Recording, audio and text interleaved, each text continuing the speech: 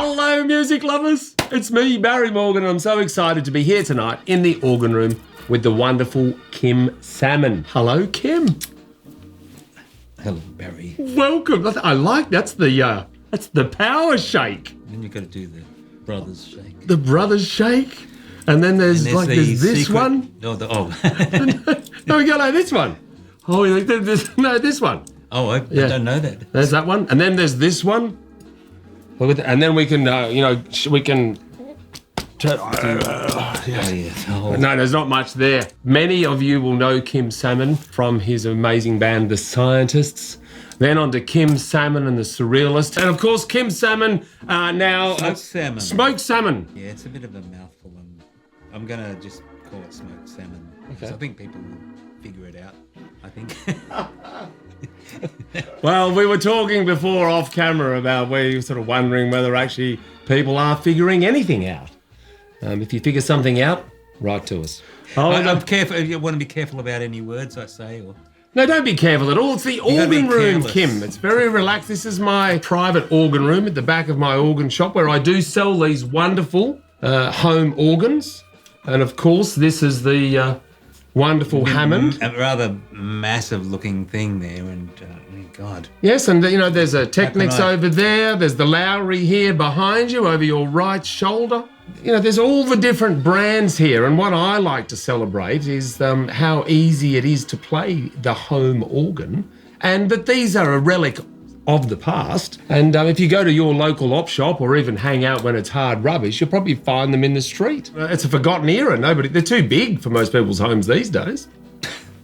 My organ is rather small. Yes, and what is it? It's a Yamaha Rindfleish. Yeah. Well, I actually have some of those too. Oh, you've got some of those. You admit to having such a tiny organ. I get complaints at some of my shows, Kim. Have you ever had complaints at any of your shows? All the time. I think if you don't get complaints at your shows, you're doing something wrong. I get... It's not art. It's not art. Right, well, I get complaints at my show with some of the fellas feeling a little bit intimidated at the size of the big organ. Yeah. Isn't it good? Well, I've got some other things here. What have we got? Some other band names. My goodness, I've got to put the glasses on. You are not only a musician, songwriter, band leader, you're a sideman, but also an artist. That's what I started out with. I dropped out of art school after a year. I started in 1975, and they're all these jaded, burned-out hippies, and I was this young kid straight out of school. Learned as much as I could. I passed that year. Then punk rock came along. Right. And that hijacked me. You heard those sounds. I heard those sounds from CBGBs and from London and all around the place, from Detroit. And was that on the old vinyl? Oh, I had to go and search for it. I read about it in an article. Right. And had my head turned by this concept. And what was the concept that you remember? Well, I don't know, it was all under this blanket term, punk rock. So it was just enough of a thing to get me in. But it was an article called Are You Alive to the Jive of 75? And Are You Alive to the Jive of 75? Yes, by Charles Shaw Murray. And I didn't agree with everything he said in the article, but the way he wrote it was enough to make me interested, and I went looking for punk rock. Right. And then I was reading about the Sex Pistols and the Clash and the Ramones in the trade papers, and started my own punk band in Perth. And what was the name of the first band? Cheap Nasties. That's right, because I had that down here as the Cheap Nasties, one of your first bands, and another one was Troubled Waters. Oh, that wasn't a punk band. That was a band that was like my third job. Right. First job was cleaning in a hospital. Right.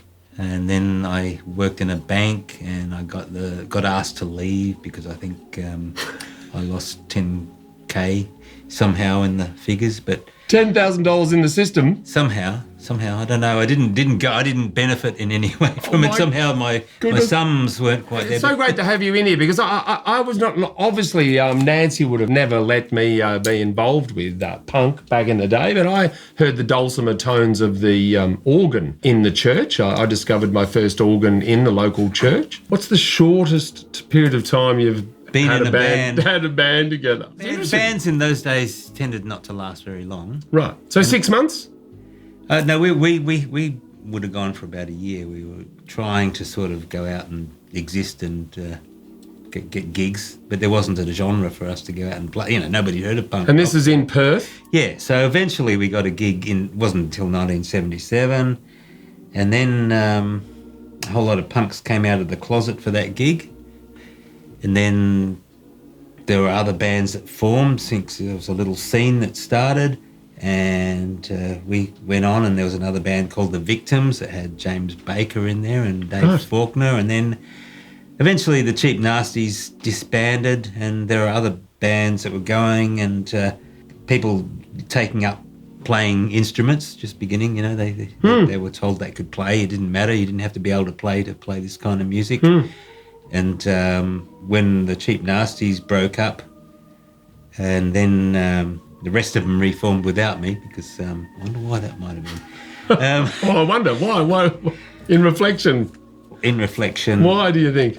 I had more, maybe some more ideas about what we could do, and the rest of them had found a groove and they were happy with that. So right, okay. They wanted to be new wave, and I still wanted to break out and continue to be punk. And right. This band, The Exterminators, the singer from that, he took pity on me and asked me to join his band, but he told me I wasn't allowed to play the guitar because he was the guitarist. Right. So I had to be the singer. Right. He didn't want me to.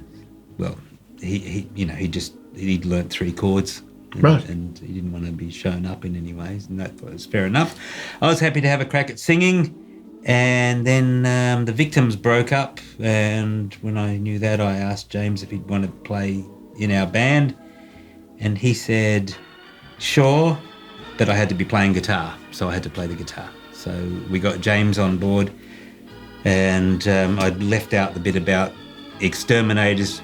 Once I joined, I thought the Exterminators was a great name, but then this Roddy, the guitar player, he changed the name without consulting any of us. Right. To the Invaders. And then when James joined That's Roddy Riddalge? Yeah, Roddy Riddalge. And then as soon as he joined, him and me started writing songs, and it all happened. And after our first rehearsal, we sat on the porch trying to think of a name, and James mentioned, because we wanted to be primitive and more punk than anything, and so he thought an ironic name might be The Scientists. And once he mentioned that was it for me. So that's the story of The Scientists.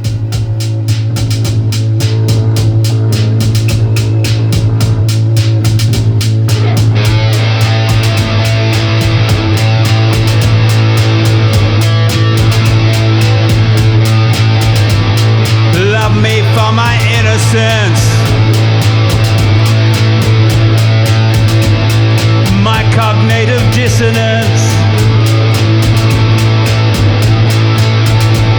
embrace all my artistic crimes, ignoring all my real crimes. You all think I'm innocent, I'm an outsider. Yes, there's something that I did, I'm an outsider. Yet I'm filled with so much guilt, I'm an outsider. And it had no meaning then, I'm an outsider.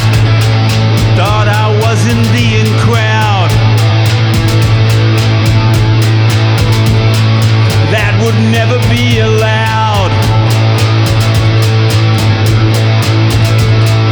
Won't you please let me inside? Won't you let me see inside? I don't know what I don't know. I'm an outsider. I don't understand what I don't understand. I'm an outsider. Please let me be in on this plan. I'm an outsider. Yeah, no, I'm an outsider. And it had no meaning then.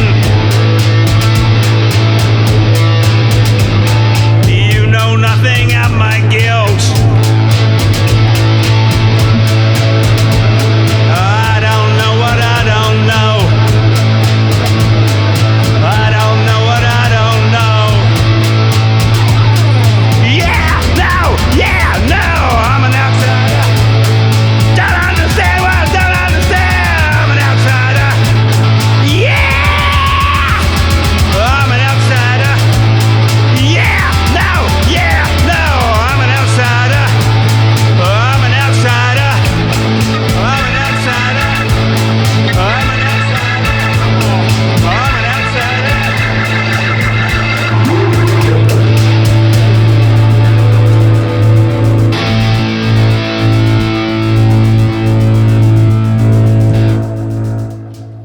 it feel to be sort of spoken of? The Nirvana and Mudhoney, and what are the bands that reference back to being influenced by you? It was claimed that I invented grunge. Right. And you don't like that? I don't mind. Well, if the history books are going to give me something, I'm not going to say, oh, no, I didn't do that. Some people get a little bit uptight about the idea. It's really, there's just Neil Young and me, really. He's the godfather of grunge, and I'm the inventor of it, supposedly. He met Neil Young, yes. Right, on tour with him? I think he did some... doing some I think the support? Johnnies... Did some I support? did think they supported Neil Young. I have heard that on some of those big tours with those bigger artists, they don't even come down and meet the support act. In my case, the Surrealists supported U2.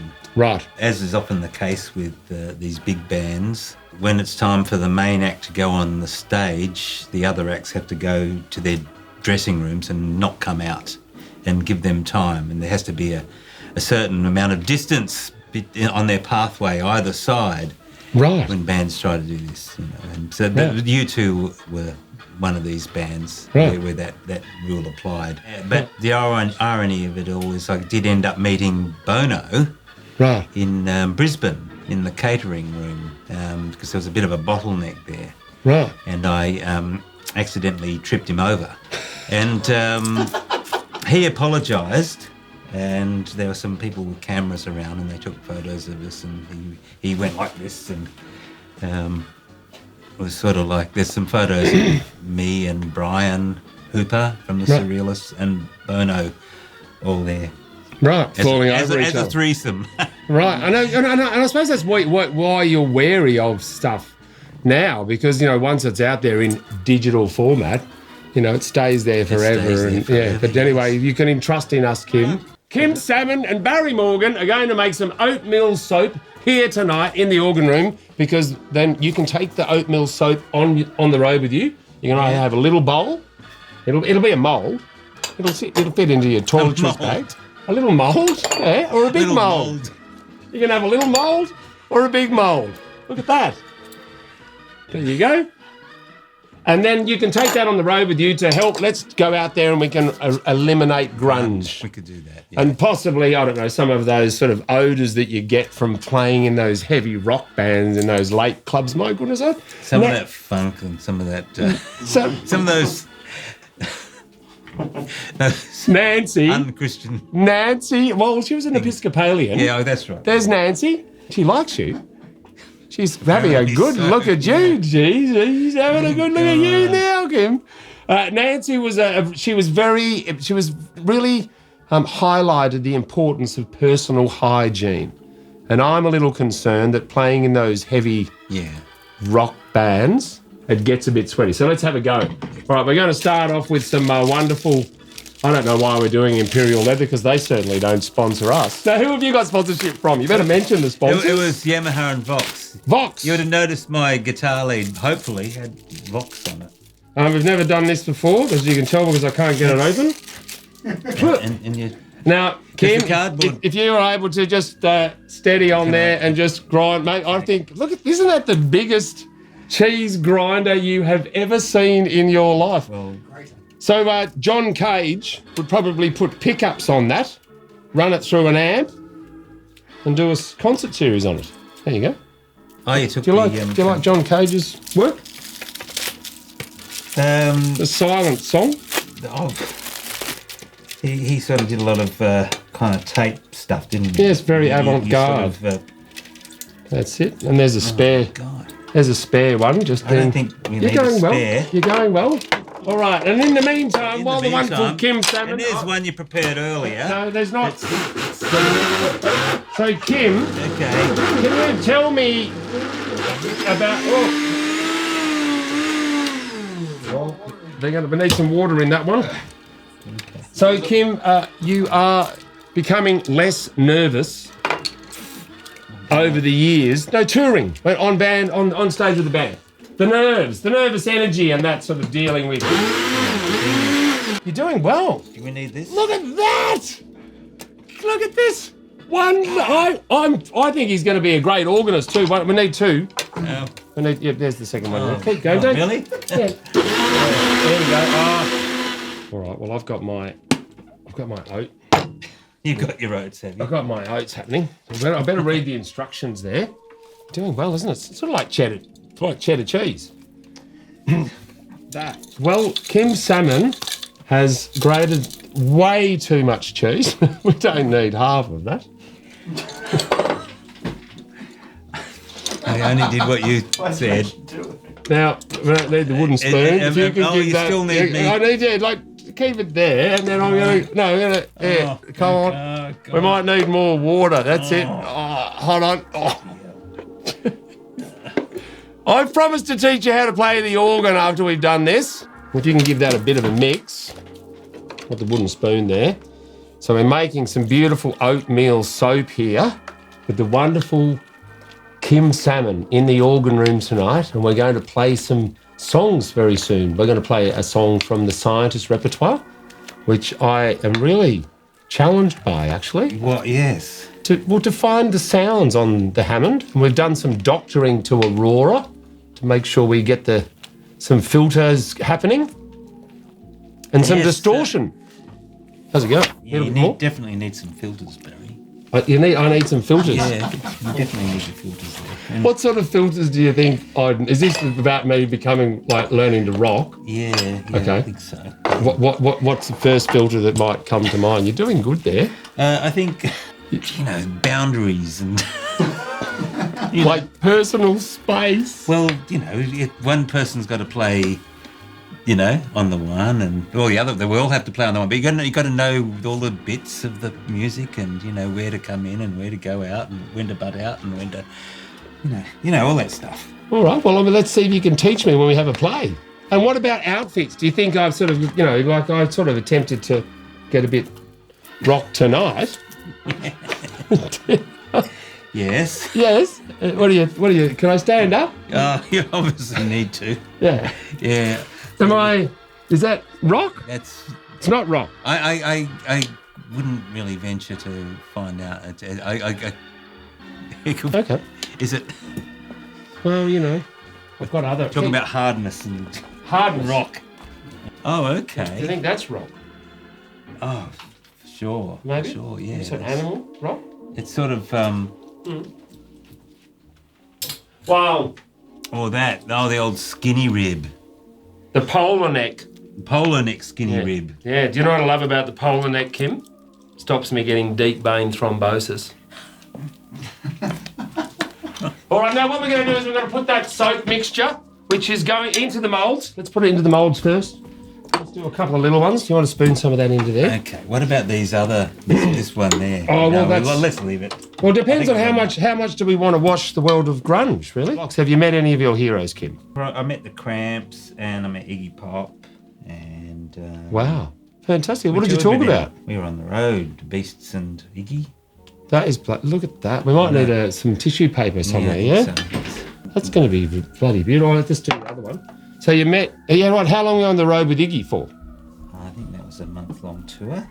Back in 93, I think. With the Beasts? Yeah. We did the big day out. And do you think the touring cycle for these, the rock and rollers, are they getting getting healthier as they continue to tour into... Well, they're smaller cycles these days for the rock and rollers, so they probably are. The cycles are probably healthier. But the partying, is that... does it slow down as they get older? As they get older? Or is that a myth? Yeah, that's a myth, totally. Right, I haven't even started party. Do you think you could teach me to party? I like Ribena and Beck's powders. This is going to be... Right, so we need to microwave these now. Let's, I think, let's just try. It's going to be like... And now, Kim, just stand back. Full power. Full power. Did they say 2 to 3 minutes for an hour? That's what it sounded like to me, but... I know. Where's Jeff? Rockers. Oh! Did you just... Oh, you're a rocker. Say I was a rocker. You're a rocker. Yes. Welcome to the club. Nancy was an insider. We've learnt that tonight. And the wonderful Kim Salmon. And I sort of feel like I've just got my P plates to be a rocker. It's going to take a bit more work, isn't it, Kim? All right, so we're doing 2 to 3 minutes to an hour. Yeah. Massive. What's happening? It's like a blob. Oh, You have soap. didn't work. This book, all lies. All right, don't trust. There's been a lot of trust going on here tonight with the wonderful Yeah, Kim we really Salmon. has, yes. You did everything right, didn't you? Yeah, we did. You absolutely. did. There was a little bit of Was there any? creativity in the amounts and the techniques, and yeah. I think, well, maybe that was where we went wrong. But it's funny because you've done such a wonderful job of that. Isn't that beautiful? That it looks like cheddar cheese, and I want to eat some. You know, when you have the. Go on, have some. As a backup, I've got some wonderful oatmeal soap here. So then, Kim, I want to thank you for coming in to the organ room. Thank you. And I want to give you this keg of soap to take with you on the road because I'm worried about the personal hygiene of hard rockers. Thank you, Barry.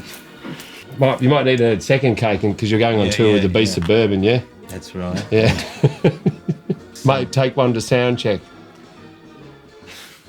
Or you're going to need another one. Well, how many in the band? Oh, God, yeah. There's a 5-piece band. Oh, there you go. So look at that. Show the choppers. See? There we go. That's 5-piece band. there you go. 5-piece band. He's got 5 cakes of oatmeal soap to take to keep the personal hygiene going. Let's pop over to the Hammond and we'll get you grooving. Well, I'm here with Kim Salmon in the organ room, and we've become aware that it's a possibility of me to give the wonderful Kim Salmon an organ lesson on the home organ. Let's not mistake the fact that you do play the organ because you played the organ line on your independent release of Independent Rock. Yes. You played the organ. Yes. And what organ was it? It was a Hammond Porter B. A Porter B. Portable B3, I believe. Right, okay, right. Well, see, what differentiates those, rock and jazz, reggae, groovy organs and the home organ is the drum machine and the automatic system of the bass and the chords. And I'm going to give you a little lesson out of this. It's going to take. They're superior to the ones that I used. No, well, it depends really. Like I'm sure in a lot of circles, it's not superior. But at the where I do my regular sing along at the Sisters of No Mercy nursing home on a Sunday, it's more of a drool along actually. It's one of my it's the only regular gig I have. It's hard to get a regular gig. The Sisters of No Mercy. The Sisters of No Mercy. They're a wonderful bunch. One finger lesson, so finger up. Which finger? Any finger will do. It's entirely, that if you want, you can do any finger you like. So we go like this, and then what we do is you go touch, release, smile. And away you go. So let's hit the gold pad up there and start the drums. Yeah. And then with one finger on that blue button, touch, release, and I'll do the smile for you. Touch, release, smile.